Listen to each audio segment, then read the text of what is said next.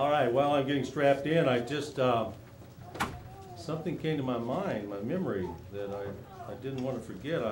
Rumor has it there's a birthday in our number. I just can't remember just how old he is. 19. I think Steve has a birthday coming up real soon. Okay, now, 62. Am I close? Yeah, you're pretty close. 58. Oh, got to go down. Like 57, 58. 57, 58? I think he's 59, if I'm not. I thought you were 59. Oh, thanks.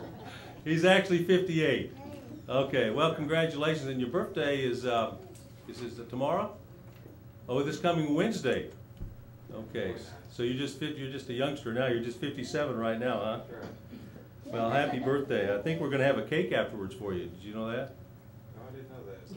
Chocolate. Can you say chocolate? I'm not exactly sure it's chocolate, but I know we do have a cake for you, so didn't want you to think we hadn't thought about you. As most of you know, kids are going back to school. Betsy's a teacher, and so she has been involved in preparatory training for the school year. And part of that is that they get together and they listen to motivational speakers, people who have been through experiences that affect education and affect young people. And especially in a year like this year, and it's becoming sort of the mantra word of education now, it's bullying, bullying. And there's a great deal of emphasis and focus on that. And so they're bringing in speakers and teachers and educators to try to address that particular issue. And in so doing, there's been some rather inspirational stories that have come out of these programs, some of which have been shared with me by Betsy. And I am reminded of one in particular, which is somewhat of a springboard to the sermon today. And the sermon today is about, or going to be taken out of, a book of the Bible that I bet most of us in this room have not read in a long, long, long time. For example, if I were to ask you about one of the major characters of the Bible, of this particular book, her name is Hadassah. Do you know who that is yet? Has it rung a bell with you yet? A few of you would know. Now, if I say Mordecai, that probably would ring a bell with you. And somewhat of the reason why this is on my mind is here a couple weeks ago, Betsy was asking me questions, and she asked me, she said, now, is Hadassah and Esther the same person? I have no idea. I thought, wait a minute, what is she talking about? Then I said, well, yeah, she is. But just all of a sudden it dawned on me that I had probably forgotten more about the book of Esther than I remembered. And that caused me to go back and look into the book, and I would like to share some of the stories from that today. It's 10 chapters long, but we're not going to read the whole thing, but just particular highlights. But this brings me back to this particular point. Part of the lesson that Betsy has been taught as a teacher preparing for school is represented in the book of Esther. And the title then of the message today is, What Goes Around Comes Around. What goes around comes around. One of the instructors at Betsy's school, without going into the whole presentation, brought out this particular point. He was brought up on sort of the wrong side of the tracks, a very difficult upbringing, every type of abuse, bullying that you can imagine. He wanted to give up on life. He really wanted to give up. He tried, but he just wanted to give up because everything was against him. Didn't make any difference what he did. Everything turned out negative. So one day, I guess he was in a park, and he decided to sit down, and this was the day that he was going to take his life.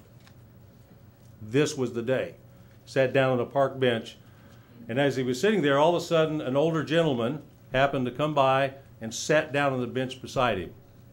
They absolutely did not know each other. They were complete strangers. The young man sat there, the older gentleman sat there, and it led to the older man asking, say, hey, what's going on here? And they started the conversation, And the young man mentioned to him that, how unhappy he was. He wanted to give up on life. He wanted to give up on school, et cetera, et cetera, et cetera. And the young man, the older man, the counselor, if you will, in this case, advised him, don't do that. And he talked to him and he comforted him and he gave him a sense of direction, however brief it was, and then he had to go. The point of it is this, is that that elderly gentleman sat down there, gave a little bit of his time, spoke some words of wisdom. The young man responded, and as you might expect, he was the one that was speaking to Betsy. He's completely turned his life around. He's very high in education. He's highly motivated, and it's his goal now to help people in his situation as a youngster to come out of it, just as he did. But my point is, how about that elderly gentleman who just happened to sit down beside him on a park bench for 15 minutes or so that day and said a few words, and they were life-changing words. One of the expressions that we're going to find, and it's my expression, it's not in the scripture, but when we read Esther chapter 6 here in a moment, particularly a part of it, it's this phrase, it just so happened. It just so happened. I think that there are those it just so happened moments in life that we need to focus upon. And then there are those just so happened moments in life that are very negative. That is, this, in a sense, the central theme of the book of Esther. Most of you in the room, since you know it's the book of Esther, you are familiar with the fact that it's a book about a remarkable woman. But let's not forget this. She was an orphan. She was a nobody. She had no wealth, no prestige, but she did have something. She had beauty. She was a beautiful young child. She was a beautiful young girl, and she became the queen of Persia, for crying out loud. You talk about a rags to riches story. But in this, there is an underlying theme in the book of Esther that's very problematic. It's troubling to me. And it is the smoldering hatred and resentment in Haman, who was very high up in Xerxes' court, in his government. Haman hated, despised, and wanted to kill all of the Jewish people. The book of Esther is a book that's celebrated by the Jewish nation, by the Jewish people annually.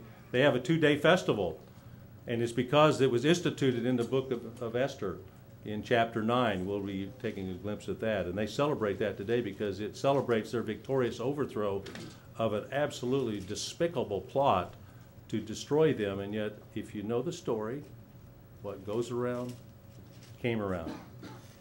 And it's very discomforting. So I'm going to look at the negative part of it, but then we're going to look at the positive side of it, because I'd much rather dwell on that, because I think that's what we're called to do as people who have God's Holy Spirit, to what goes around comes around. All right, this is suppositional on my part. As I thought about this book of Esther, I think, and this is not in the text, but I'm just going to give you something to think about, what's behind Haman's hatred and dislike for the Jews. Let's see if we can find a few clues. Let's come back here to the book of Exodus chapter 17, and get some potential background as to the smoldering resentment and hatred that he carried for these people. In Exodus chapter 17, over in verse 8, you read here of an exchange between the Israelites and the Amalekites. Then came Amalek and fought with Israel. So there was a battle, there was war going on here in Rephidim. And Moses said to Joshua, choose us out men and go out and fight with Amalek. Tomorrow I will stand on the top of the hill with the rod of God in my hand. And I think you know the story. When his hands were up, they were victorious. When his hands got tired, so he had to be propped up. But my point is who are they fighting? Amalek. And notice here, it says here in verse 13, and Joshua discomfited Amalek and his people with the edge of the sword, and the Lord said unto Moses, now this is important, I think, to the book of Esther, write this for a memorial in a book, and rehearse it in the ears of Joshua, for I will utterly put out the remembrance of Amalek from under heaven. All right? Now let's come to the book of 1 Samuel. 1 Samuel chapter 15, and let's see what happened under King Saul. 1 Samuel chapter 15, and over in verse 7. As you're turning there, as I was studying for this and researching a little bit, the thought came to my mind that as Christians, sometimes what we do is when we're dealing with people, and this is this matter, what goes around comes around, sometimes when we're dealing with people, we don't realize that the problem we think somebody else has is actually whose problem? Ours. I'll repeat that again. The problem we think other people have is actually ours. And there's this little illustration. And this is so true. It was an elderly couple, a husband and a wife. They'd been married like forever. And yet the husband, was concerned about his wife's hearing. Because, he would say things to her and, he couldn't get a response. So he went to the doctor and he talked to his doctor about his wife. The doctor said, well, why don't you bring her in? He says, I don't think she'll come in. I just don't think she will. He says, well, I'll tell you what, let's do a little test, and you can come back and visit with me and tell me, how it went. He said, so here's what I want you to do. Since you're concerned about your wife's hearing, I want you, like when you're in the kitchen, she's at the kitchen sink, I want you to get about 15 feet away from her and just say, sweetheart, what's for dinner? Okay? 15 feet away. And if she doesn't respond, well, just step 5 feet closer. And if she doesn't respond, just step 5 feet closer. Well, of course, 5 and 5 and 5, he's pretty close here. He's getting closer. So he said, this works for me. So sure enough, that evening in the kitchen, his wife was there preparing things at the sink. The stove there, had her back turned to him, and so he thought, this is perfect. So he said, sweetheart, what's for supper? Silence. So he stepped 5 feet closer. Repeated the very same question. Silence. This went on again and again 4 times, and finally he's right up next to her. And he says, sweetheart, what's for supper? She said, for the 4th time, we're having potatoes. All right, now who had the problem? The ears. But whose ears? His ears. All right, so all right, he was accusing her of something, and actually who had the problem? He did. All right, as we consider the story of Esther and Haman and Mordecai and Esther and Xerxes, we need to recognize who's got the problem. Okay, and I'll tell you who's got the problem. Haman's got the problem. All right, he really does. And maybe there's some insight here as to just how serious it was. 1 Samuel 15, over in verse 7. It says here, 1 Samuel 15 and verse 7, Saul said to the Kenites to get away. There was going to be death, murder, violence, and so he says they could escape. In verse 7, Saul smote the Amalekites. Okay, this is many, many years later from that experience that we read about in the book of Exodus. And there's still warring and battling going on with the Amalekites. Now, when there is war, that creates what?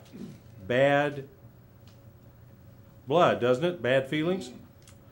So he smote the Amalekites, and he took, in verse 8, Agag, the king of the Amalekites, alive, and utterly destroyed all the people with the edge of the sword. But Saul and the people spared Agag and the best, and so forth and so on. You know the story. Remember, God says, don't spare them. That's what he told Saul. He says, you're not supposed to spare them. Saul did, and I think we know the expression that he listened to the people rather than obeyed God. So we picked the story up here in verse 20 of the same chapter. And Saul said to Samuel, yes, I have obeyed the voice of the Lord and have gone the way which the Lord sent me and have brought Agag, the king of Amalek, and have utterly destroyed the Amalekites. True or false? No, he didn't. That's false. He did not truly destroy them. Let's read. But the people, the people took of the spoil, the sheep and the oxen, the chief of all things, and so forth. And verse 22, and Samuel said, boy, what a statement, what a question this is. Has the Lord as great delight in burnt offerings and sacrifices as in what? What's most important? Obedience. Obeying the voice of the Lord. You know, let's not get distracted by all these superfluous things. You know, You know, we look at all these works. Well, let me tell you something about works. There was good works there. I mean, he was obeying to a degree, but he really was not obeying what God had asked him to do. The bottom line is, if you want to please God, you've got to obey his commandments. There's no gray area there, brethren. You either do or you don't. He succumbed to the voice of the people.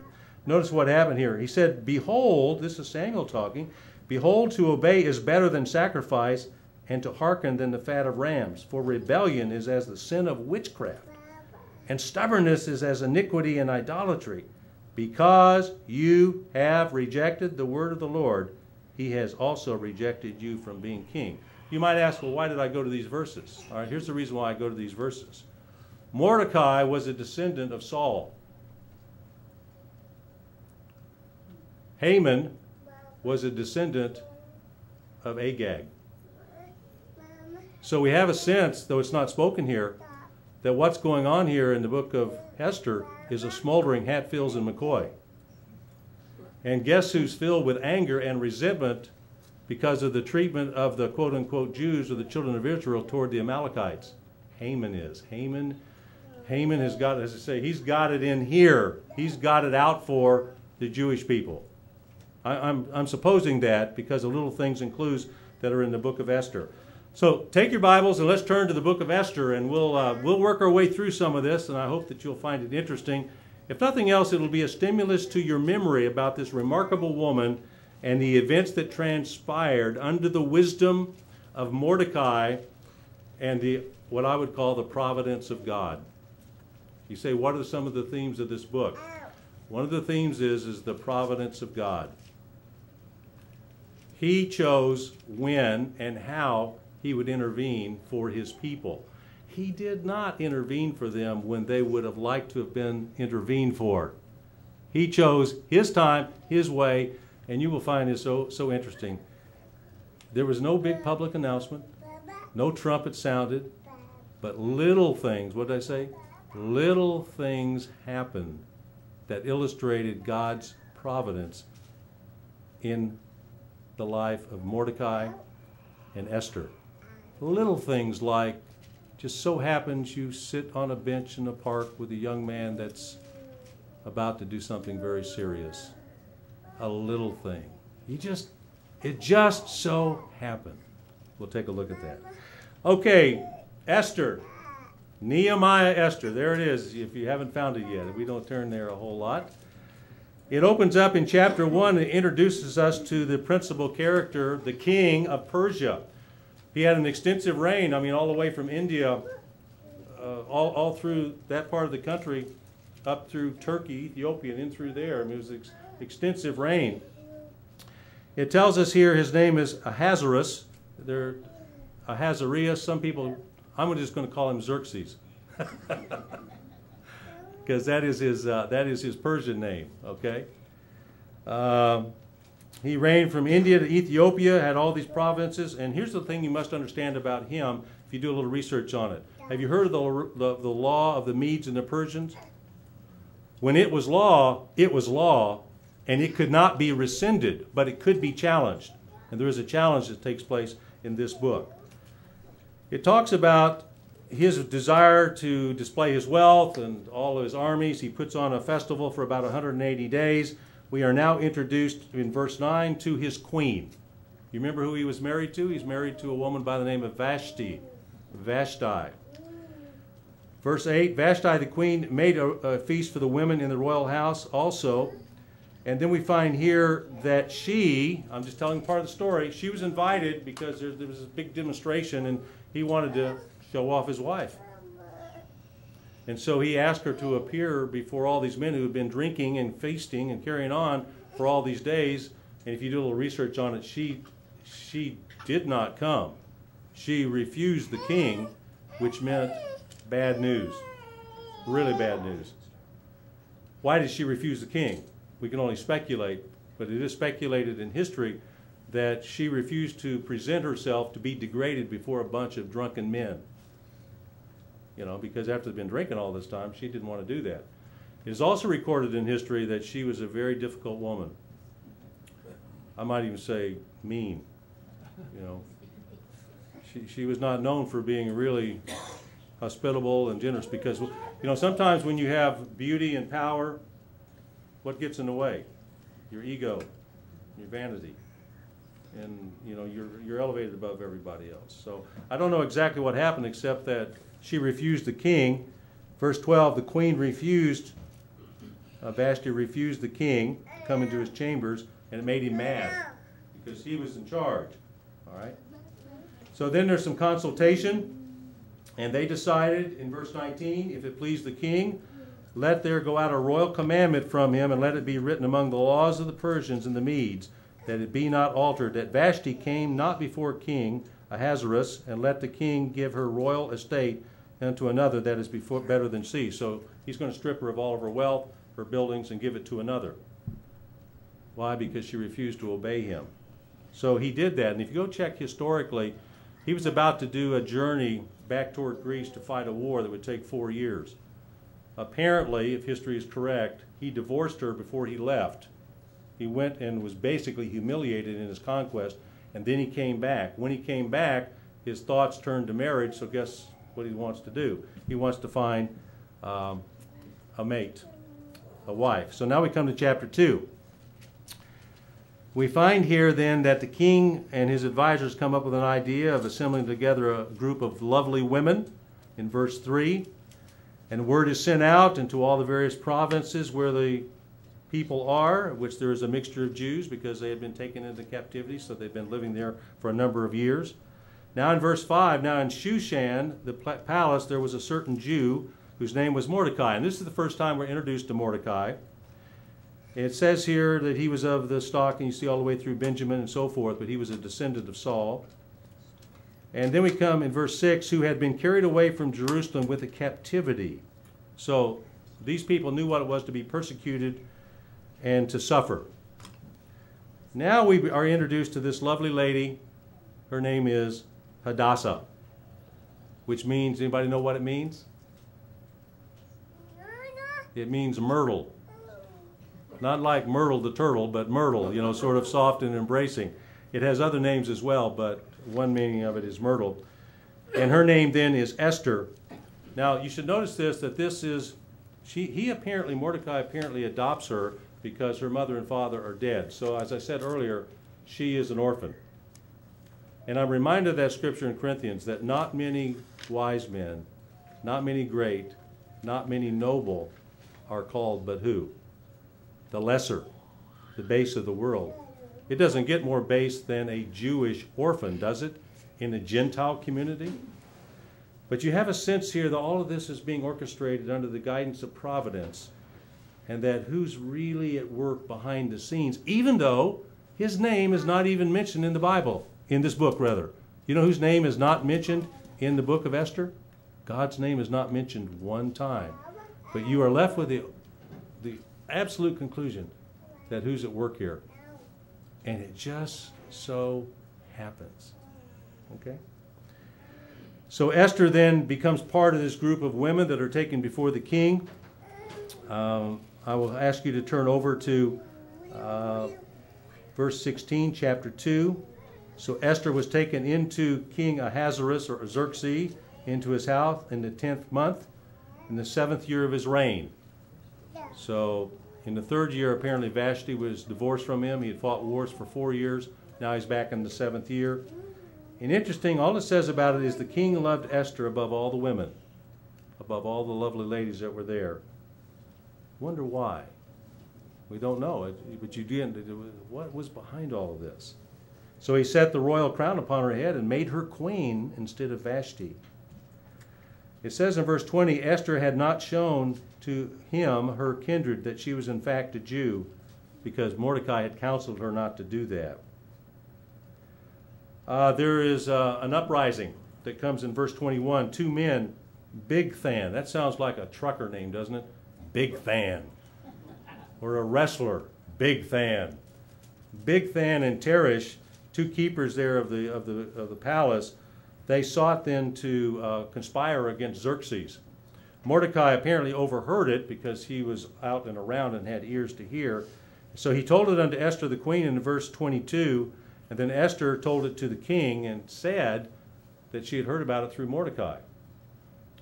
Interesting, the King Xerxes did nothing to reward Mordecai at this point. I don't know why he didn't. It was an oversight, because normally they would do that. Mordecai had saved his life, but he was overlooked. Notice then there was an inquisition, and Bigthan and Teresh were hanged. Now we come to chapter 3. Here we are introduced to this conniving character that we tend to not like. His name is Haman. This takes place probably between the 7th and the 12th year of Xerxes' reign. Xerxes, by the way, reigned for 21 years. You might also, as you think back to what Bigthan and Teresh were trying to do, it was not uncommon for there to be assassination plots against the rulers. As a matter of fact, Xerxes was assassinated by one of his close confidants at the end of his reign. So they had to be mindful of these types of things.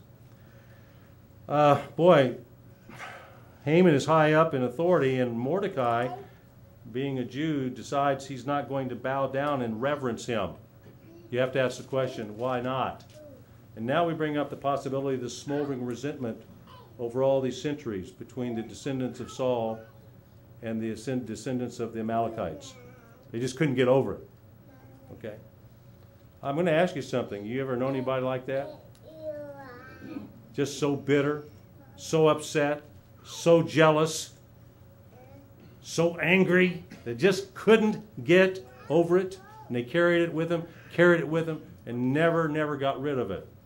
And of course, who suffered the most from that? Most likely they did, because what goes around, what comes around. Now we read on here.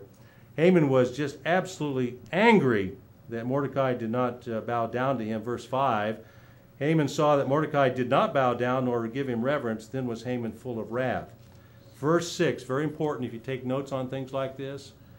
It says in the latter part of the verse, wherefore Haman sought to do what? To destroy now all of the Jews that were throughout the whole kingdom of Xerxes or Ahasuerus, even the people of Mordecai. And there's a little bit of a twist here you need to think about. He wanted to kill all the Jews because it was common knowledge that God had instructed Saul to kill all of the Amalekites and did not succeed. So Haman, turning it around, he says, I am going to do what Saul could not do against us. I'm going to do it against him. I'm going to exterminate all of the people. Boy, he's got it in there. He's sick, if you know what I mean. He needs help. Goes on to tell you the story then that takes place. And the rest of the story, how there were decrees sent out and there was a lot taken. It was called a pur, P-U-R, like a Purim or pure. And a lot was cast, and they decided on what day the Jewish people would be slaughtered and persecuted. And it says that day was in chapter 3, verse 7, in the first month, in the month of Nisan, which is probably March or April, the 12th year of King Xerxes or Ahasuerus, they cast pur, that is the lot, before Haman from day to day and from month to month to the 12th month, that is the month. And they decided that it would be the 13th day of the 12th month when this massacre was going to take place. That's referred to in verse 13, same chapter. Mordecai heard about this, and of course he was distressed. He went into, just a state of frenzy. He rent his clothes. He was sitting in sackcloth. He had to get word to Esther. And the interesting thing about this is Xerxes did not know that Esther was in fact a Jewish woman. I think he just assumed that she was Persian. He didn't realize that Haman had manipulated the death of his beloved queen. See? So now they have to decide what to do, and again you sense the providence of God as he worked in their lives. Verse 14, I have this one marked up pretty big, circled in red. I want you to concentrate on verse 14 of chapter 4. It says, for if you altogether hold your peace at this time, this is Mordecai talking to Esther, if you don't talk now, then there shall their enlargement and deliverance arise to the Jews from another place. He's saying, this is chapter 4 and verse 13, he says, if you don't act up, God will deliver us, but even if that happens, you're going to lose your family, because he's going to learn that you are Jewish. He says, but you and your father's house shall be destroyed. Now, this part of the verse is very important. Who knows whether you are come to the kingdom for such a time as this. You know, years ago, I had a member of our church come to me, and he was just as sincere as he could be. And he asked me, he said, have you ever wondered why you are where you are? I said, nope.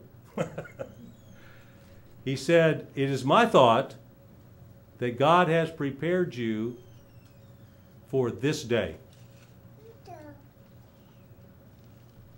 I said, really? He said, yeah. And I won't go into the details about all that was going on, but it was a time of severe adjustment in the church. And he says, I think that God has prepared you for this moment, for this day. Of course, I wondered, what am I supposed to do tomorrow then? If this is what I've been prepared for, what am I supposed to do tomorrow? But I think you get, brethren, who knows whether you are come to this kingdom for such a time as this? Boy, that's a great question, isn't it? And it just so happens. Well, Esther then, at the risk of her own life, declares that in the end of verse 16. She says, I'm going to do it even if I perish, into verse 16. So now she comes up with this plan and this idea of having banquets, and she's going to expose Haman. You know, a very ingenious plan. She decides to have a banquet and to invite the king and Haman, verse 4, chapter 5, to this banquet. Then the king says, we'll cause Haman then to make haste, round him up, haste, get him together, and we're going to do what Esther, you know, he must have really loved Esther. That's all I can come up with on this. He really, don't you think he really loved her. He cared for her. And the king in verse 6 said to Esther at the banquet of wine, he says, what's your petition? He says, what can I do for you? And so of all things, she decides not to say anything then, but she decides to come up with another banquet.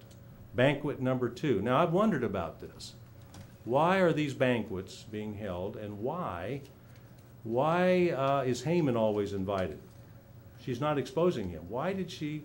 And there's the insinuation here of what might be jealousy on the part of the king toward Haman's relationship with Esther. And there's nothing worse than a jealous husband, except maybe a jealous wife. And we'll see this in a moment, because here's what happens later on when it's all exposed, and Xerxes walks out to control his anger, and he comes back in. Haman is actually fallen, pleading. He's actually, what he's doing, he's not trying to be amorous, but it looks that way to the king. He falls forward on the queen's couch, and the king walks in, and there he is, looks like amorous of all things. And that really makes the king angry, and that's putting it mildly. So I wondered about these banquets. What did she know? Was there some flirtatious behavior on the part of Haman? I don't know. Something's going on here with all these banquets. But it worked out perfectly. Then Mordecai. He gets I'm talking about Haman now. He gets terrible advice from his wife. You wives, counsel your husbands smartly. Please, please, please use wisdom in counseling your husbands. Remember, what goes around comes around, for crying out loud. Notice here in verse 10, chapter 5, nevertheless Haman refrained himself because he was angry and full of indignation. And when he came home, he sent and called his friends and Zeresh, his wife. And he told him of what he thought was going to happen to him, that he was going to get all this wealth and promotion and recognition in the kingdom, and he'd be the greatest man ever. And yet, it didn't happen that way. And notice in verse 12, Haman said, moreover, yes, Esther the queen did let no man come in with the king unto the banquet that she had prepared for me, and tomorrow I'm invited unto her also with the king. So that would have been banquet number 2. Yet all this avails me. Notice verse 13. I've got this one underlined. Here he thinks he's going to be promoted, elevated, recognized, be the most powerful man in the kingdom ever. And yet what's eating him up? Notice verse 13. Yet all of this avails me nothing so long as I see that Mordecai. Can you get a hold of that? so long as I see Mordecai the Jew sitting at the king's gate. So then Zeresh gives this terrible advice. She says, well, why don't you get rid of him? Get rid of Mordecai. You're the most powerful man in the kingdom right next to Xerxes. Get rid of him. She said, go up there and build a gallows. You know what gallows are? That's things you hang people on. And she said, let's make it a big show. Make it 75 feet tall. Just think about gallows 75 feet tall. That's what it says here in verse 14. She says, let a gallows be made of 75 feet. That's 50 cubits. And tomorrow speak you unto the king that Mordecai may be hanged thereon. Then go you merrily with the king unto the banquet. The thing pleased Haman, and he caused the gallows to be made. All right, now chapter 6, very important to me in understanding this book. There are three little, it just so happens that happened this evening, that night.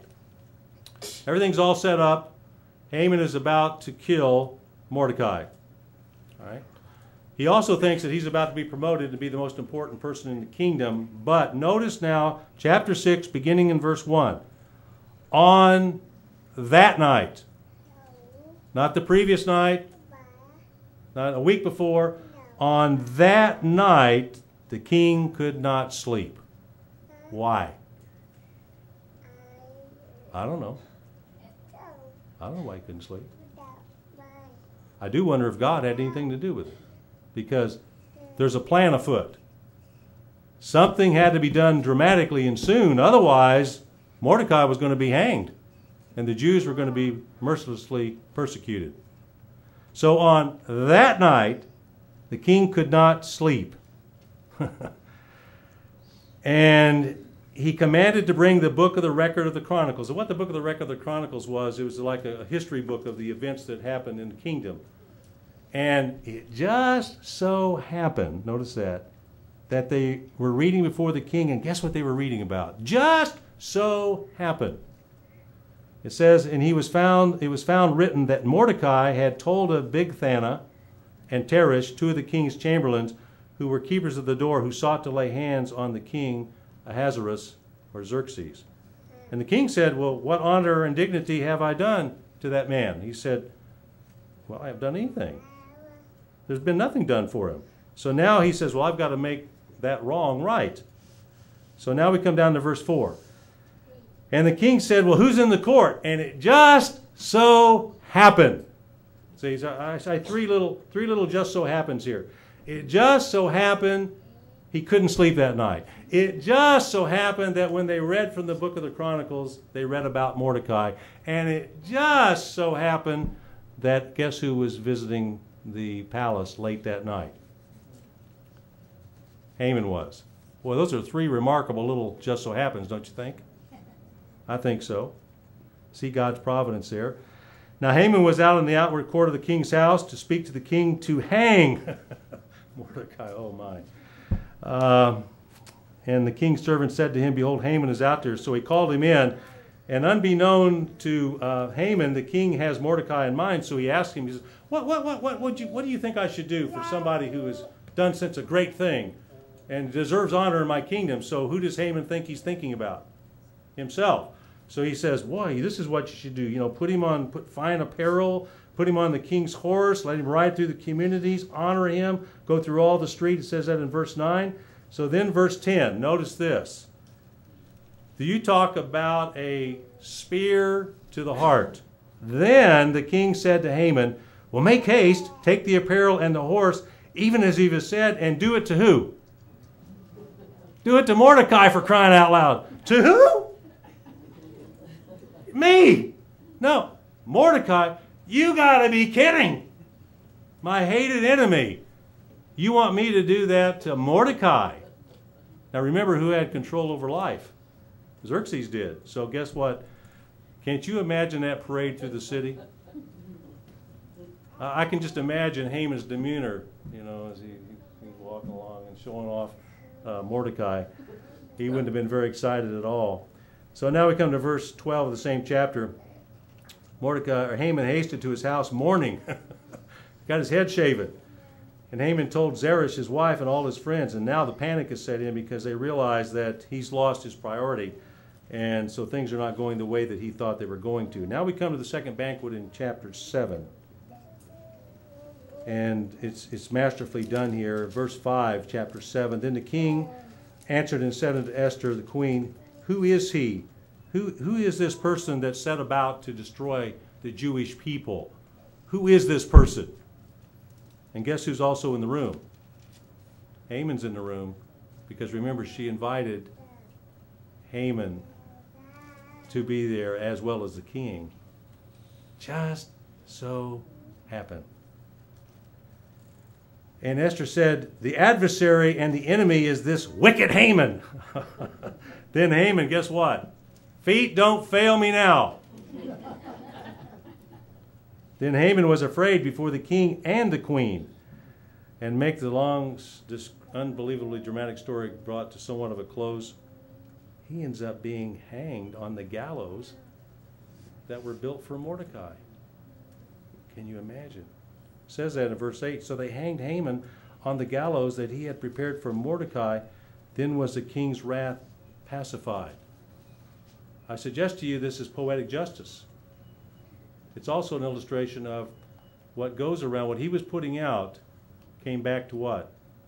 Be in fact played out on him, and it was his particular destiny, unbelievably. Well, you can read through the rest of the story, and the Jewish people were preserved. It carries that story out in chapter 8, chapter 9, and we come to verse 21 of chapter 9. I'll just read this, and then we'll sort of close. I'll take you to where I'd like to close this message today. It says in verse 21, Mordecai, who's now elevated in responsibility, they established these days of celebration among them, that they should keep the 14th day of the month Adar and the 15th day of the same yearly. And that was when the Feast of Purim was instituted and is still practiced today by the Jewish people. It's a day of intense celebration. Verse 26 says, wherefore they called these days Purim, after the name of the lot. Remember, the name of the lot that was called was, they cast Purim. And so they named it out there, named it after that. Notice now in chapter 10, just a couple of closing comments, short verse. The king Ahasuerus, or Xerxes, laid a tribute then upon the land, all the acts of his power and his might, his declarations. He declared the greatness of Mordecai. For Mordecai the Jew was next in unto the king in greatness and power and authority. Now I mentioned that for you to think about this, that God used people of really no title, no rank, no authority. He used an orphan and he used a Jew, of no title. And where did they end up? Queen and the most powerful man in the kingdom. All right? What goes around comes around. And I do sense God's providence in our lives, and I hope you sense it in yours as well. That even though things do not happen the way you think they should, there are those it just so happened moments that happened that night, that day, and at that time. It makes all the difference in the world. I was touched by a story that I read, and I'd like to share it with you. It illustrates what I'm talking about. I want you to consider it. I want you to try to respond to it if it's at all possible. This is a story about a lady of some age and maturity. She was also of some substance. She was driving along in the country one time. I don't know where she had been, but she was driving back home, and it was toward late afternoon, and her Mercedes broke down. And she didn't really know what to do. She wasn't strong enough to repair the tire. She had a flat tire in the car, and she was over on the side of the road, so she just sat in the car. She just sat there. She didn't, waiting for somebody to come by. She sat there for an hour. Nobody came by. And then all of a sudden she saw in the rearview mirror what looked to be a sort of a rundown, dilapidated old Pontiac, and a little black smoke coming out of the back end of it. And you know what, she got a little anxious, and all of a sudden the car, it's still daylight, but the car pulled over beside her and got out, and this tall, lanky man got out of there, and he didn't have the cleanest of clothes. Looked like he'd been working pretty hard, but he did have a smile on his face. And so, he came up, and she sort of rolled down the window, because lots of thoughts were crossing her mind. And she asked him, she said, he asked her, he said, well, ma'am, can I help you? She said, well, I've got a flat tire, and I can't change it. He said, well, I'll take care of that for you. So sure enough, he got the gear out of his vehicle and went about changing the lady's tires. She sat inside with the window cracked. And all of a sudden, though, he was out there, and she thought she would talk to him a little bit about what he did and so forth, and they established a little bit of dialogue. And next thing you know, he changed the tire, and it was all over, and it was time for everybody to go their way. So she said, "Well, listen, I've got to pay you for this. I mean, you've taken your time and been polite to me and so forth." So, "Oh, no," he says, I'm not going to do that." He says, well, "I don't consider this work. This is just something I'm able to do, and I appreciate being able to do it, help you out this day." She said, "Well, I got to do something for you." And he says, No, I don't need anything." He said, "I'm just here to help you, ma'am." He said, "You just get back, on your way, and stay warm and stay safe. But remember, if you can, the one thing I would like you to do is just, if you can, in case it comes up," he said, "if you do something like this, something similar for somebody else, just maybe think about me. That memory that I did this for you, and you're doing this for somebody else." And she said, "Well, what's your name?" And he said, "My name is Brian Anderson." Brian Anderson. Well, she just motored on down the road, and it's getting a little bit later, and so about 7 or 8 o'clock now into dark, she decided to pull into a little restaurant alongside the road there. When she did, it was one of those old restaurants. Remember the old-timey pumps, gas pumps, pretty rusted out. And, it looked like an old place, but she was hungry, and it was still daylight, so she went inside, and she walked inside. Not too many people around. Waitress came over, and waitress was really friendly to her and smiley, and she was pregnant, pretty pregnant. She'd been a long day for her, but she was still smiling and trying to be courteous and as she should, the best waitress she could. So they established a little bit of a conversation, and the lady was wet because I guess she'd gotten out of it'd been raining that day, and her hair was wet, and the lady brought her a towel and was very courteous to her, did all those kinds of nice things that you would think that young people would do for those that are elderly. I hope you all heard that. All right, well, when she finished her meal, the lady of some substance, it was time to pay up, settle up. She got the ticket, and she paid it with a $100 bill. And the lady rushed to the counter, and she said, "Well, this, okay, I'll be back." So she rushed to the counter to try to get change for it. And then when she came back, the lady was gone. She wasn't there to be found. And so she went to clean up the plate, and she noticed there was a card there for her, a little note. And so she reached under and got the note. And when she did, there were 4 $100 bills in there, underneath there. And there was a note there, and here's what the note said. It says, there were tears in her eyes when she read what the lady wrote. She said, "You don't owe me anything. I have been where you are. I know what it's like to do without. Somebody, recently, once helped me out the way I'm helping you. If you really want to pay me back, here's what you do. Do not let this chain of love end with you." So the lady was gone, so she took the money. She now had $500. She went home that night to the home that was somewhat run down. And it was late. She crawled into bed with her husband, who was already asleep. And she got to thinking about things, how things happen. She wondered how in the world could that lady have known how desperately she needed that money, that she and her husband needed that money. The baby was due in just 1 month. So she thought about it, and she leaned over, she put her arm around her husband, and there he was laying asleep next to her, so she didn't want to wake him up. And so she gave him a soft kiss and whispered soft and low in his ear, "Sweetheart, everything's going to be all right. I love you, Brian Anderson."